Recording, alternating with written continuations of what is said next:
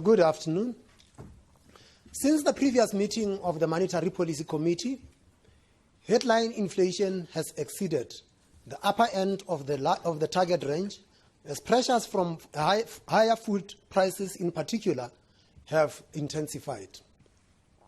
Although the longer-term inflation outlook has improved somewhat, inflation is still expected to remain outside the target range for an extended period, and upside risks remain. The domestic economic growth prospects remain fragile following a fairly broad-based weakening in the final quarter of last year, while global economic prospects remain uncertain. The year-on-year inflation rate, as measured by the Consumer Price Index, CPI, for all urban areas, increased markedly in January to 6.2%, up from 5.2% in December. Food price pressures intensified, with food and non-alcoholic beverages inflation accelerating to 6.9%, up from 5.9% previously. Goods price inflation increased from 4.6% to 6.5%, mainly due to higher food prices and base effects of petrol prices, while services price inflation increased from 5.7% to 6%. The bank's measure of core inflation, which excludes food, fuel, and electricity, which had been relatively stable for some time, increased from 5.2% in December to 5.6% in January. Part of this may reflect some evidence of higher exchange rate pass-through.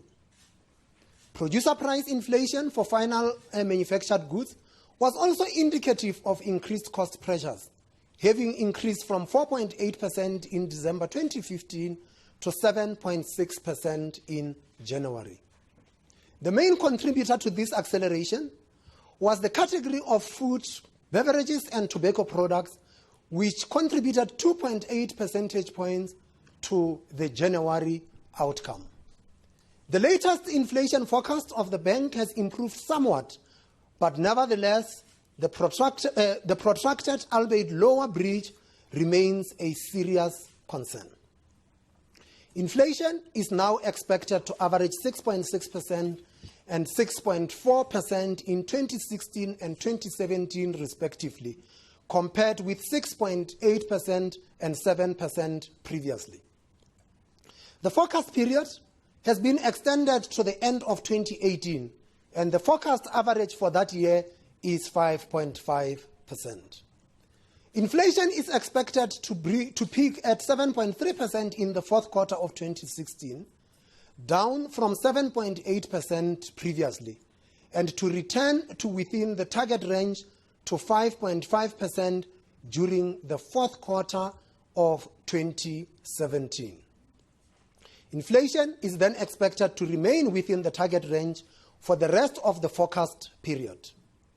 These changes are due in part to the higher interest rate assumption following the increase in the repo rate at the previous meeting, a slightly less depreciated exchange rate assumption, and downward revisions to the international oil price and electricity tariff assumptions. The latter follows the NERSA decision to grant a lower than expected tariff adjustment of 9.4% to Eskom. These pressures are counteracted to some extent by a higher food price forecast. The forecast for core inflation reflects a marginal near-term deterioration, reflecting expected exchange rate and wage cost pressures, but is slightly improved for 2017. Core inflation is expected to breach the upper end of the target range in the second quarter of 2016 for 4 consecutive quarters, with a peak of 6.5% in the third and fourth quarter of 2016. This measure is expected to average 6.2% in 2016 and 5.7% and 5.2% in the subsequent 2 years. The survey of inflation expectations conducted by the Bureau for Economic Research in the first quarter of 2016 presents a mixed picture. Although average expectations remain unchanged at 6.2% for 2016 and 2017, those of analysts increased significantly, while expectations of business people and trade unions moderated for both years. Inflation is expected to average 6% in 2018, with both analysts and trade unionists expecting inflation to be within the target range. The 5-year average inflation expectations remained unchanged at 6.1% and has been stable within a range of between 5.8% and 6.2% since the first quarter of 2012. The near-term expectations of economic analysts, as reflected in the Reuters Econometer survey, also increased following the depreciation of the rand in December. In the survey conducted in March, the median expectations for 2016 and 2017 was 6.4% and 6.3%, but inflation is expected to return to within the target in 2018 at 5.6% average. Bond market expectations implicit in the break-even inflation rate are more or less unchanged since the previous meeting and remain at fairly elevated levels. The international economic outlook remains challenging following a marked decline in global growth in the fourth quarter of 2015, as well as a continued moderation in industrial production in advanced economies. This included a slowdown in the US amid contractions in business fixed investments and exports, and a weakening in consumer spending. Some improvement is expected in the first quarter, although growth is expected to remain below potential in the coming months. Subdued growth is expected in the Japanese economy following a contraction in the fourth quarter, with only a slightly more favorable outlook for the euro area and the United Kingdom. The outlook for many emerging market economies remains weak, with continuing recessions in Brazil and Russia. The slowdown in China appears to be broad-based, with a declining PMI, moderating consumer demand, and lower imports and exports.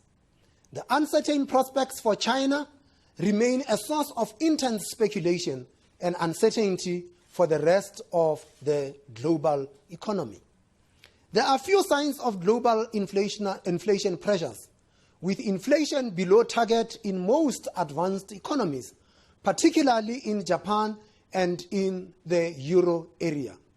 These trends, combined with slowing growth, have prompted looser monetary policies in a number of advanced economies, and accommodative policies are likely to persist. Contrary to this trend, the US Fed is expected to continue on its normalization path, but at a gradual pace. By contrast, exchange rate-induced inflation pressures persist in a number of emerging economies, particularly in Latin America, where more sustained tightening can be expected. The rand exchange rate has recovered somewhat from the lows experienced in December and January, but nevertheless remains highly volatile and vulnerable to domestic and external developments.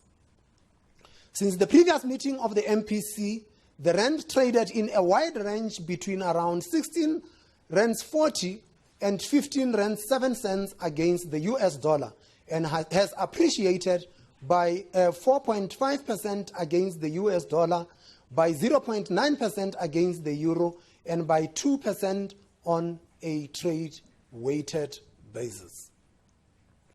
A number of factors contributed to the appreciation of the rand during this period. This included the reaction to further monetary policy easing in advanced economies and the moderation of the U.S. normalization path. Policy stimulus measures in China, which overshadowed disappointing Chinese economic data, and the reaction to domestic monetary tightening. Offsetting factors include the weak domestic growth outcome and higher inflation outlook, the increased risk of a sovereign ratings downgrade, and domestic political developments which have had a significant impact on the rand in the past few days in particular.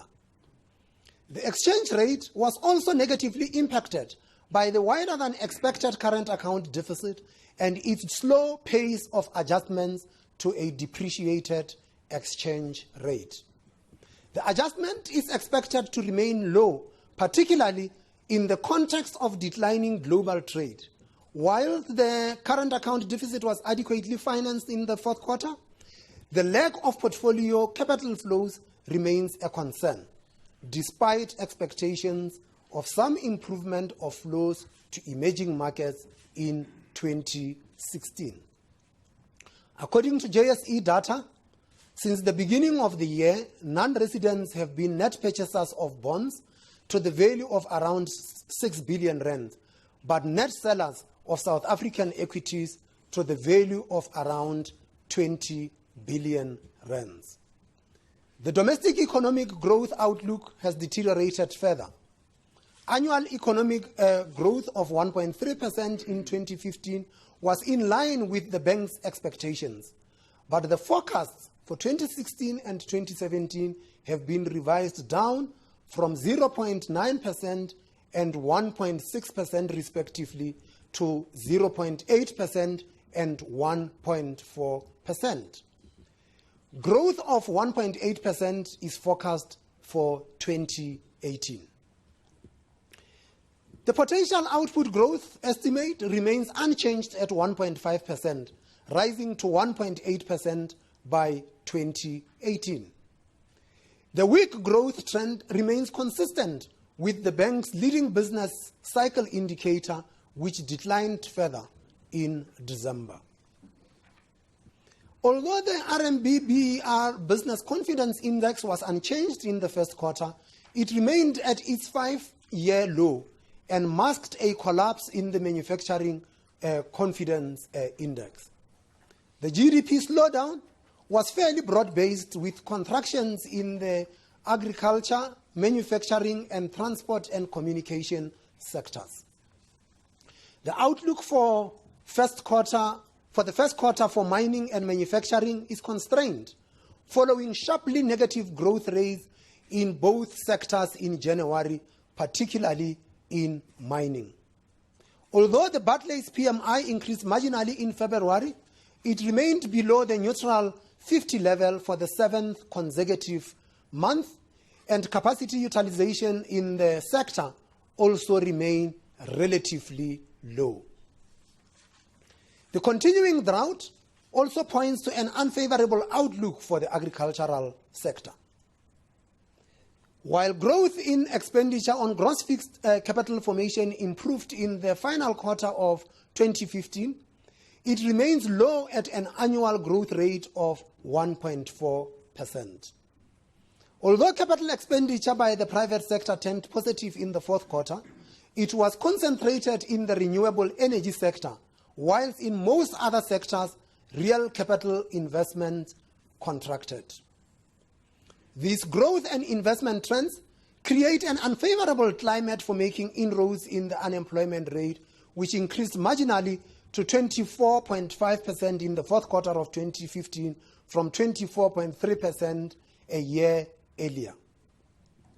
Growth in consumption expenditure by households increased in the final quarter of 2015, but at 1.6% was still at relatively low levels. While retail sales growth on a year-on-year basis was fairly resilient, the consecutive month-to-month contractions in real retail trade sales growth in December and January could signal further pressure on consumption expenditure, consistent with low levels of consumer confidence. Total new vehicle sales continues to decline, although more positively, there was strong vehicle export growth in February. A number of factors are expected to constrain consumption expenditure despite the persistence of wage and salary increases in excess of inflation. These factors include rising inflation and higher interest rates, higher levels of household debt, and negative wealth effects from low or negative asset price growth. Furthermore, credit extension to households by the banking sector remains subdued, in contrast to the more vibrant growth in credit extension to the corporate sector, particularly with respect to mortgage advances on commercial properties and renewable energy investments. The recent budget tabled in Parliament provides for a fiscal consolidation path which sees the consolidated government budget deficit declining from an estimated 3.2% of GDP in 2016-17 to 2.4% in the 2018-2019 fiscal year. This is expected to be achieved through a combination of a lower expenditure ceiling and increased tax revenues. This path, if realized, can be expected to moderate inflation somewhat while improving South Africa's credit metrics and confidence in general. Food price pressures driven by the drought and the depreciated exchange rate have intensified by more than previously forecast and remain a significant upside to inflation. Manufactured food price inflation measured 7.8% in the PPI, whilst agricultural prices increased by 25.9%, with cereals and other crops increasing by 79.2%. These increases are expected to impact with a lag on consumer prices. Annual CPI food price inflation is now expected to peak at 11.6% in the final quarter of 2016, compared with 11.3% previously. International oil prices have recovered somewhat from their lows of below $30 per barrel seen in January, as the global oversupply appears to have subsided in the wake of production cutbacks in a number of countries. Although the bank has reduced its oil price assumption for the forecast period, it still assumes an upward trajectory as the previous forecast. However, there is some upside risk to this forecast should some agreement on an output freeze be reached by some of the larger producers. The domestic petrol price was reduced by about 69 cents per litre earlier this month to its lowest level since March 2015. However, the current under-recovery, driven mainly by higher international product prices, suggests that this decline could be substantially reversed in April. This increase will be in addition to the 30 cents per litre increase in the fuel levy announced in the budget. Although the inflation forecast has improved moderately since the previous meeting of the Monetary Policy Committee, the committee remains concerned about the protracted nature of the breach of the target. Furthermore, the committee assesses the risks to the forecast to be on the upside. The main risk factors relate to the exchange rate and food prices. The exchange rate of the rand continues to be highly volatile and vulnerable to changes in both domestic and external developments. Whilst the pass-through from the exchange rate to inflation is still relatively low, there are signs that this may be increasing. Food prices have been accelerating faster than previously expected due to the weaker exchange rate and the intensification of the drought, resulting in an upward revision to the food price forecasts. The committee views the risks to this forecast to be on the upside, particularly for 2017, when fairly strong favorable base effects are expected. A more protracted drought, combined with a weaker exchange rate and restocking of herds, may keep food prices inflation elevated for a longer period than currently forecast. The committee also assesses the risk to the international oil price assumption to be on the upside. The MPC is cognizant of the fact that demand pressures on inflation remain subdued, and indications are that household consumption expenditure is likely to remain constrained. Nevertheless, the recent increase in core inflation and its expected upward trend is indicative of broader inflation pressures and possible second-round effects from supply-side shocks. Whilst the evolution of inflation expectations is critical in this regard, at this stage there is no clear evidence of a deterioration in longer-term inflation expectations, but they remain at elevated levels. The committee remains concerned about the weak growth outlook amid negative business and consumer confidence. The growth challenges facing the economy are compounded by the deteriorating outlook for global growth. The committee assesses the risks to the growth outlook to be on the downside. Given the upside risk to the inflation forecast and the protracted period of the expected breach, the MPC decided that further tightening was required to complement the previous moves. Accordingly, the MPC decided to increase the repurchase rate by 25 basis points to 7% per annum effective from the 18th of March 2016. 3 members of the MPC favored a 25 basis point increase, whilst 3 members preferred no change. Ultimately, the committee decided on an increase of 25 basis points. The committee faced the continuing dilemma of a deteriorating inflation environment and a worsening growth outlook.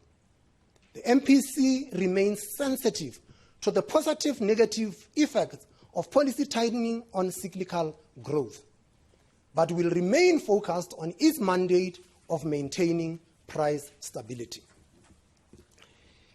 Let's now turn to the questions, and as usual, please identify yourself and the media house that you represent, and we will take your questions. Right at the back, Nsakisi, and you, sir. Okay, we'll start the 3 at the back row. Thank you. Good afternoon, Governor Ntsakisi Mashangani from Business Day. What were the reasons behind the downward revision to GDP forecast?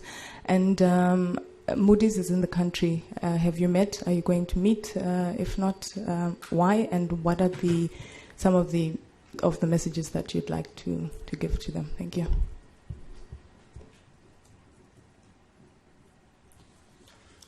Sorry, Ed Stoddard with Reuters.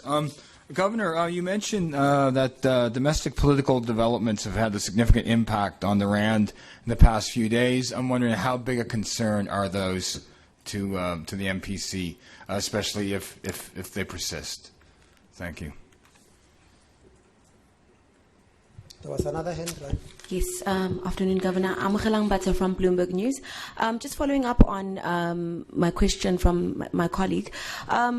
We've seen the rand being impacted by events of political uncertainty. Has the bank factored that into the rand's movements and the impact that could have on inflation?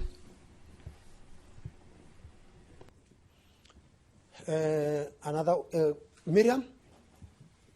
Governor, I was wondering, the split decision was quite interesting. It's the first time I remember it being split in the middle. How did you come to the decision to raise rates by 25 basis points when half of you favored no increase. And my other question is, again, referring to domestic political developments, how important is it to the stability of the rand, business confidence, and capital flows to resolve these domestic political developments quickly and decisively?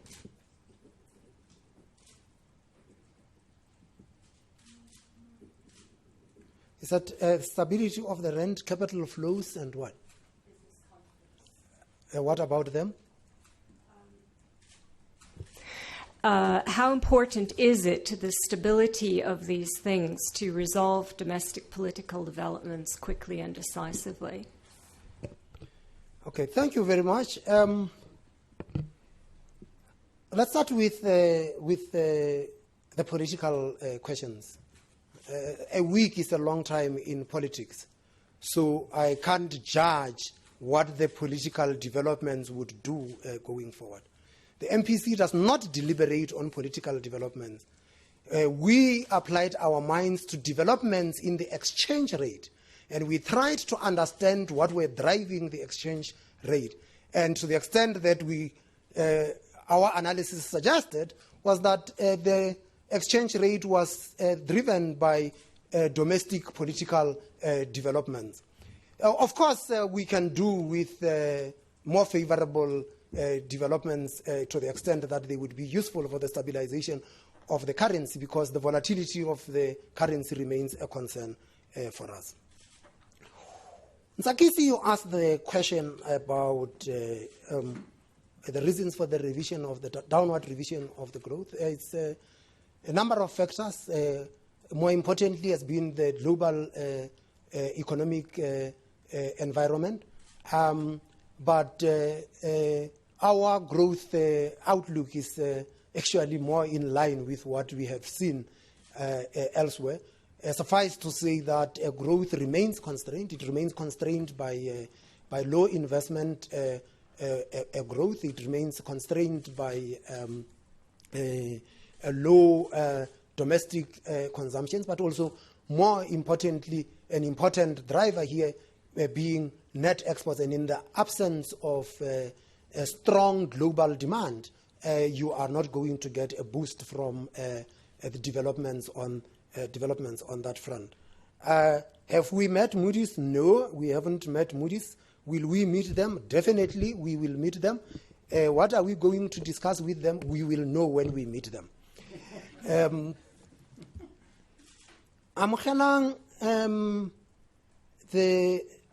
impact of the rand, again, I mean, leave the politics aside.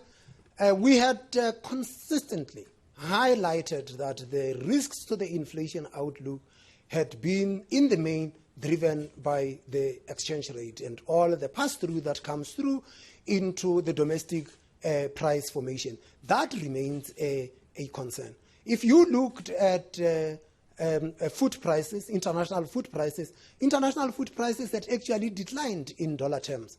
We had drought here, but you would then realize that in the main, what has been driving food prices domestically had actually been the effects of the exchange rate, because most of the food prices are linked to international food prices. There are aspects of food that are purely domestic, which are not affected by the rand, and that might tend to be driven in the main by the drought conditions rather than by what we had seen with respect to the rand.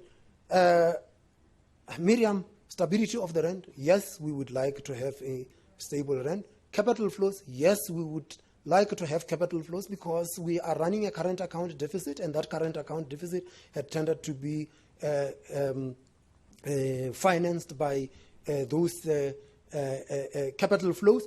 Investor confidence thus becomes very important, because you are not going to be getting those capital flows unless you have investor confidence.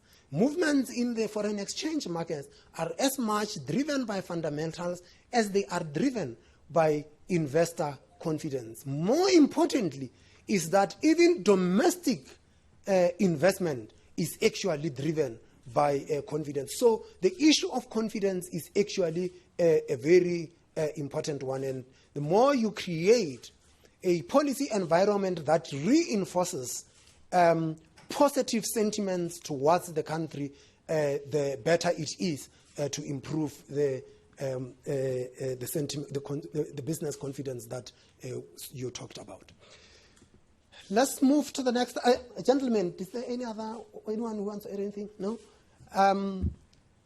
Let's start with the new hands. Tsepo? Good afternoon, Governor. Tsepo Mongwa, SABC News.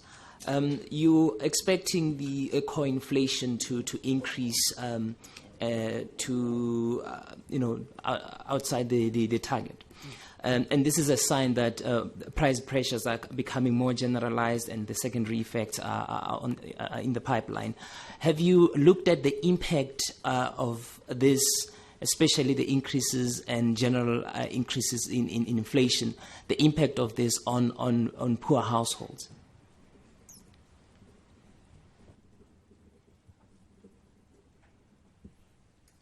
Amkhela.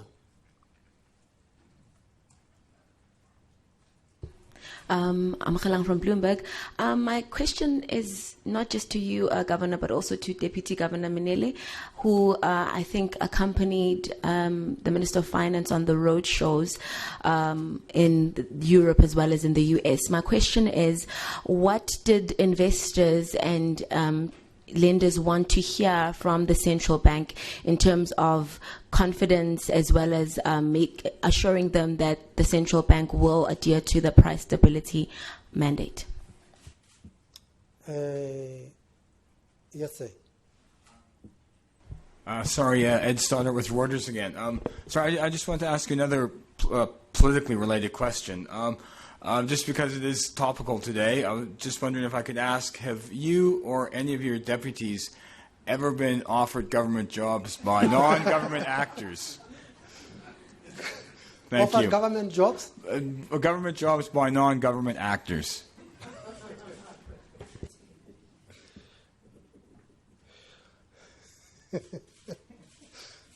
Miriam?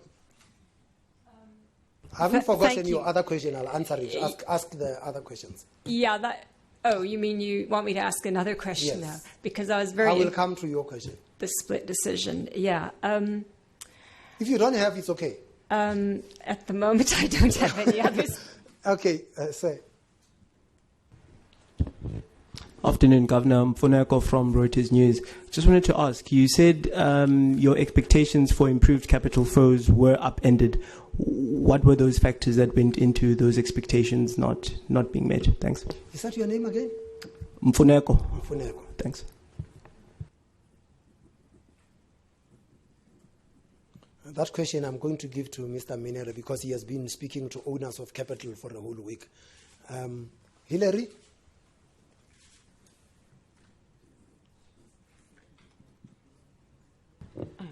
Hilary Jaffe from Business Day. Governor, have you modelled the impact of a possible downgrade in South Africa's sovereign ratings on capital flows and the rand? I'm talking about a possible downgrade by at least one of the rating agencies to sub-investment grade status. To what extent have you taken it into account in your forecast of the exchange rate and of inflation? Sakis? Thanks. Nzakisi again from the Business Day. The Fed yesterday sort of gave markets guidance in terms of what to expect on rate hikes, and I suppose that kind of gives some certainty. Any chance that could happen at the sub? Thank you. What could happen? That markets could be also given an indication in terms of rates. Thank you.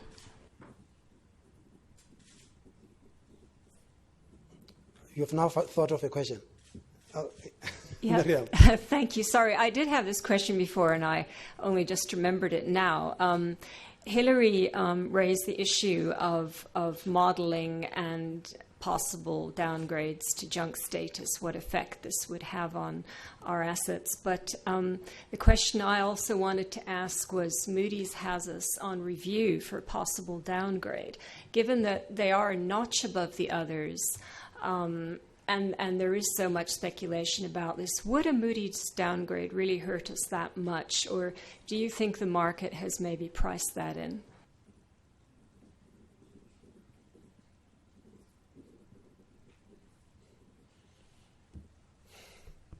Okay, Rashad, you are the modeler, my friend. You're going to have to deal with that modeling question. Mr. Mian, why don't you, in the meantime, deal with the roadshow and the capital flows? Yeah.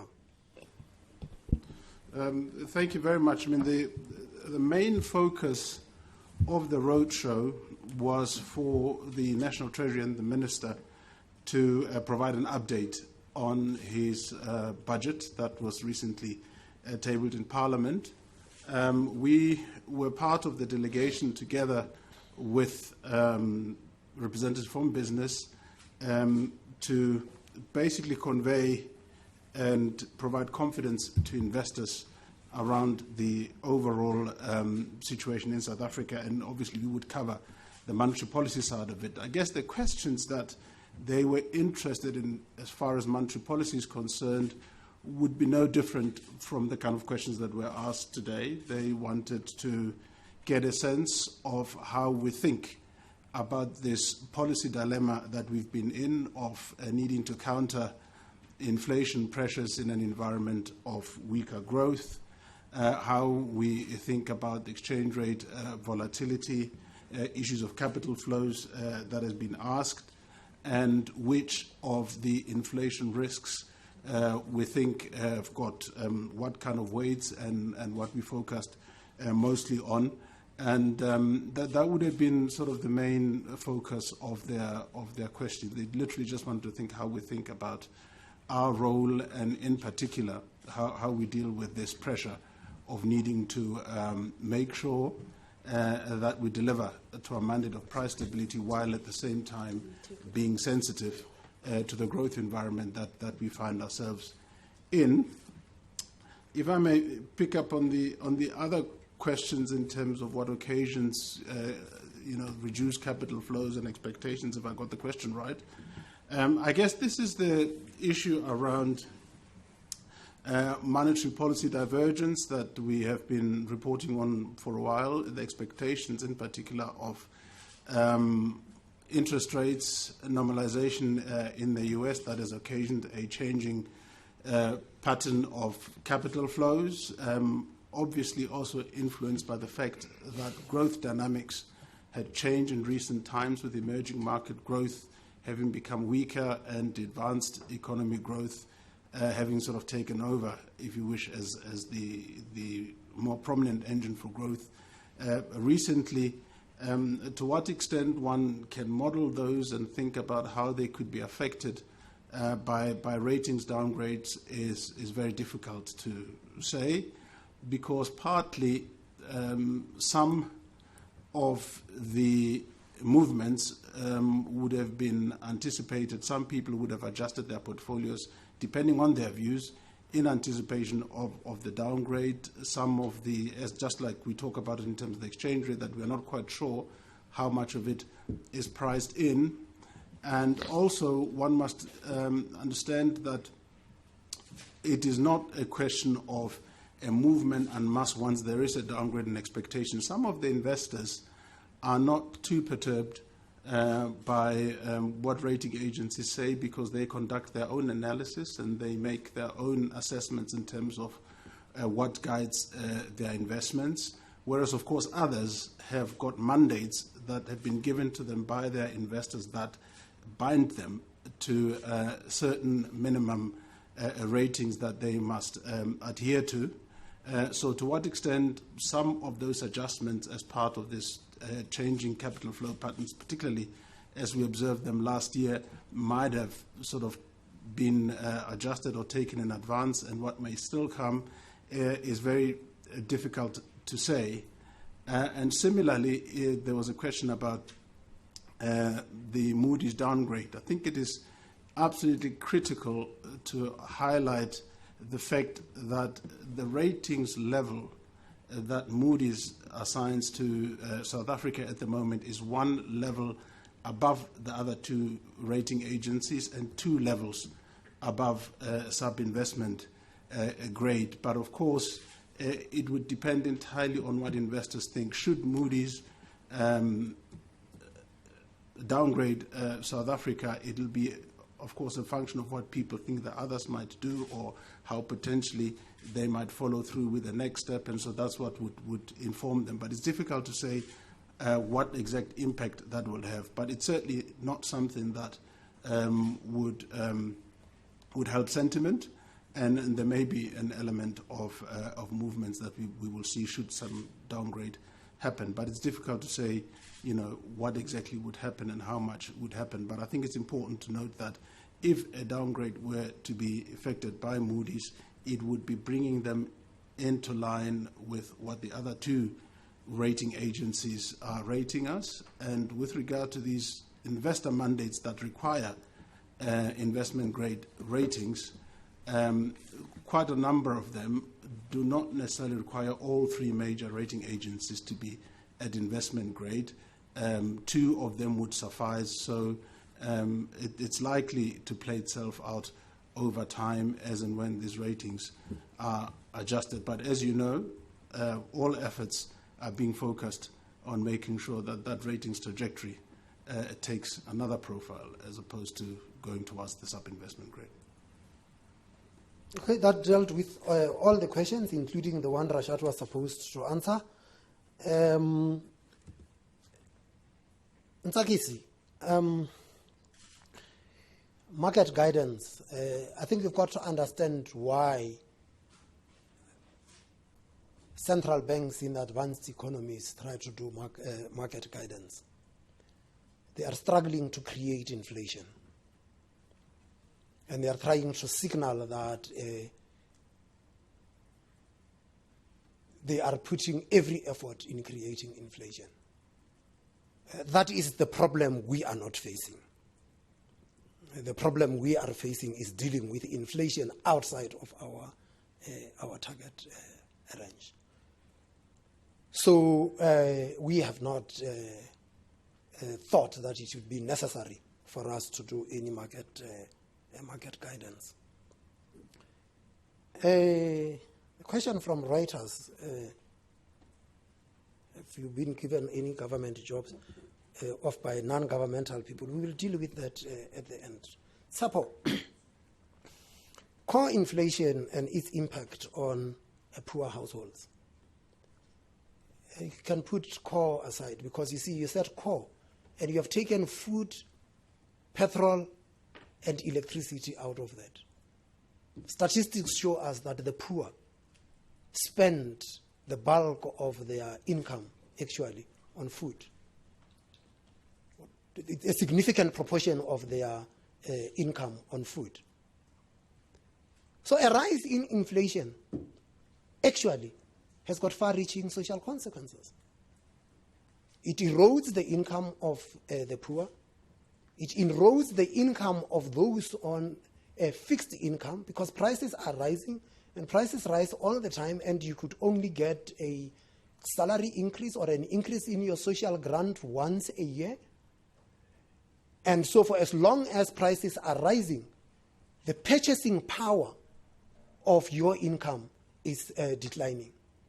Those in the middle to upper income or those in the upper income brackets, they can find ways of protecting themselves against inflation. And as such, when one sees inflation rising, the first thought should be, what is the impact on the poor? For they can't protect themselves against inflation. It's a very important factor to comprehend in the discharge of our duties, either as monetary authorities or as fiscal authorities, that inflation hurts the poor more than any other category in our society. let's then deal with the offered jobs. I guess you said any of our colleagues. You said from non-governmental persons. I mean, I presume that you also include that we have not had any job offers from the private sector.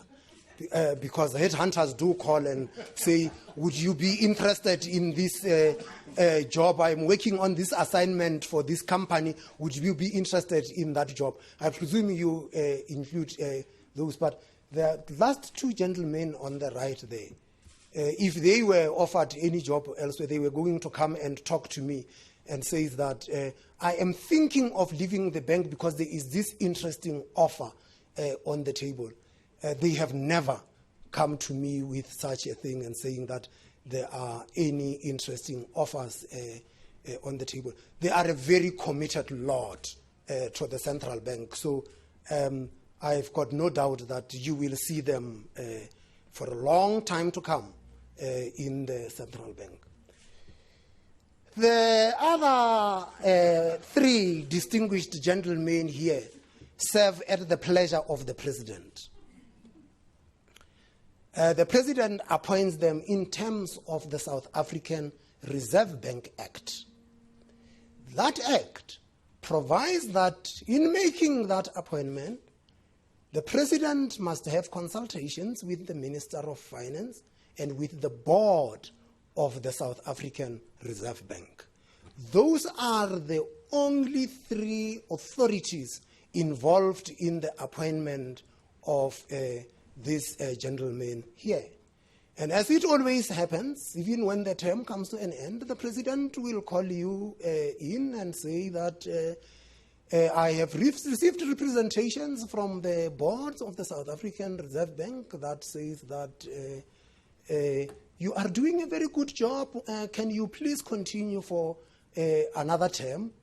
Or he might even decide, even that they had said that, to apply his mind and decide that it is time to appoint somebody else. That also applies to me. I am appointed by the president, serve at his pleasure, and he appoints me after he had an engagement with the Minister of Finance and with the board of the South African Reserve Bank. That is the process that we have in the bank. The board of the South African Reserve Bank is a statutory board, is not outside of government. The Minister of Finance is a minister in government, and the president is the head of state. Those are the three parties involved in the appointment of governor and deputy governors. Miriam, your split decision, there is no split decision. Read the statement. We didn't say 3 voted. We said 3 favored. So after people had favored certain positions, we had deliberations, and then we agreed that the correct position to go with is to go with a 25 basis point hike in the repo rate. Thank you very much. Any last questions? There is a question on webcast. We can't see them, so we've got to.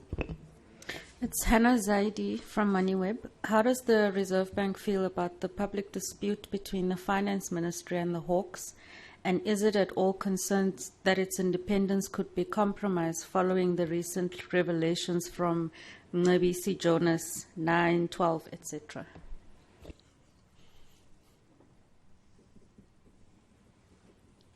Miriam?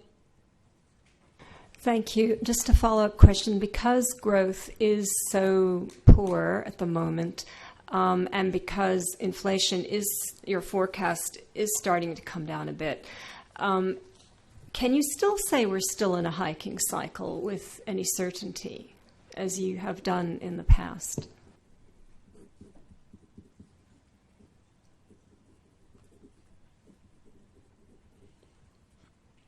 Any other?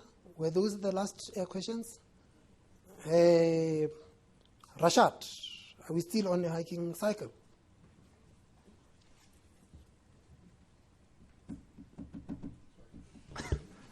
Yeah, look, I think that the critical point is that I would make 2 points. The one point is that at several MPCs, we argued that the bar is set very high for monetary easing, and that partly has to do with the fact that we've done what we can to a large extent. The monetary policy is still very accommodative as it stands. I think when we look at the hiking cycle, one cannot take for granted that every meeting would constitute an increase in the repo rate successively.